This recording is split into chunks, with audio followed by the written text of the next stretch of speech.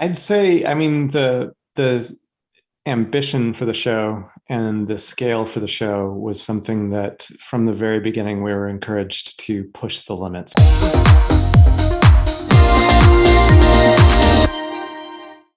Every universe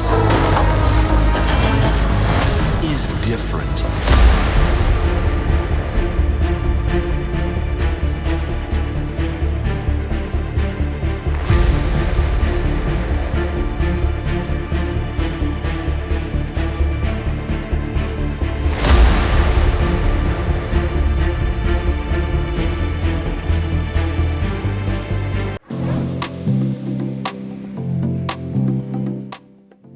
I'd say, I mean, the ambition for the show and the scale for the show was something that from the very beginning we were encouraged to push the limits as far as they could go.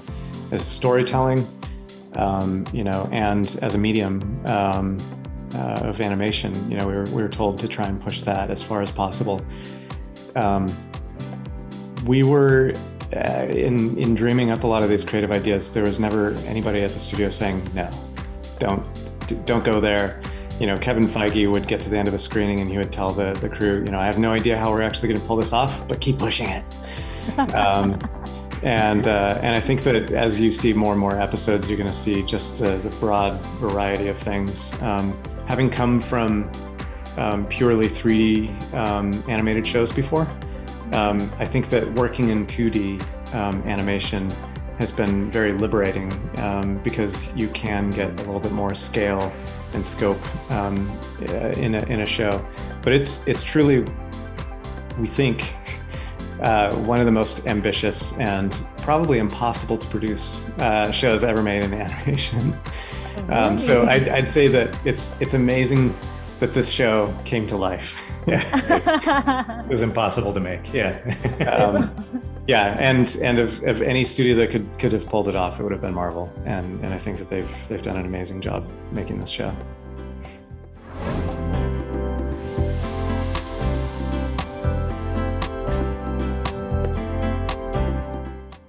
I love it.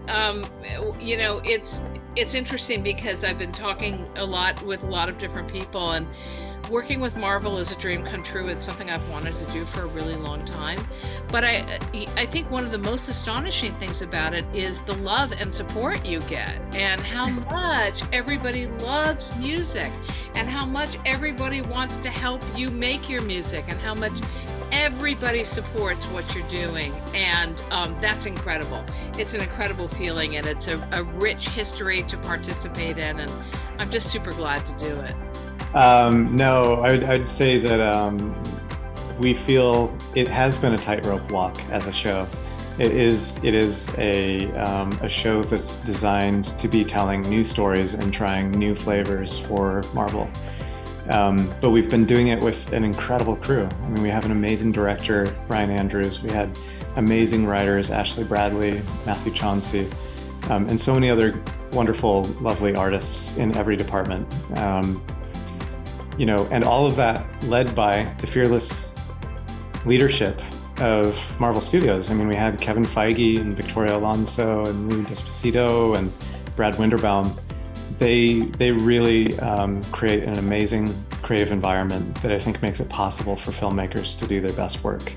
It's truly been a joy to work at Marvel Studios. I think that it's one of the most incredibly well-led and creatively streamlined companies. It's an amazing place. Yeah, they're just good, healthy people. Yeah.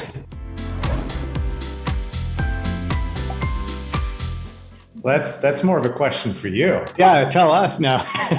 I personally enjoy the most when we really swing for the fences, when we really push the stories as far as they can go. I personally really enjoy how Thanos is in how he shows up in episode 2. Oh, yeah. It was so surprising when I got that script and I thought, wait, what?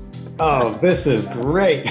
And I loved, the way that we kind of turned Korath's character kind of on its head, and Jaimin Hansu had so much fun with that character, and every one of the cast members that has come in, when we kind of give a fresh spin on their character, it's like, hey, in this world, it's a little bit different. They've really, really enjoyed exploring new versions of these characters, kind of across the board.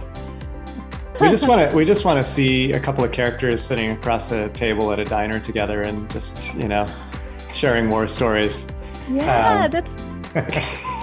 we have so many amazing action sequences in this show, and they're so complicated to pull off. We're like, can we just have a conversation, just the whole episode?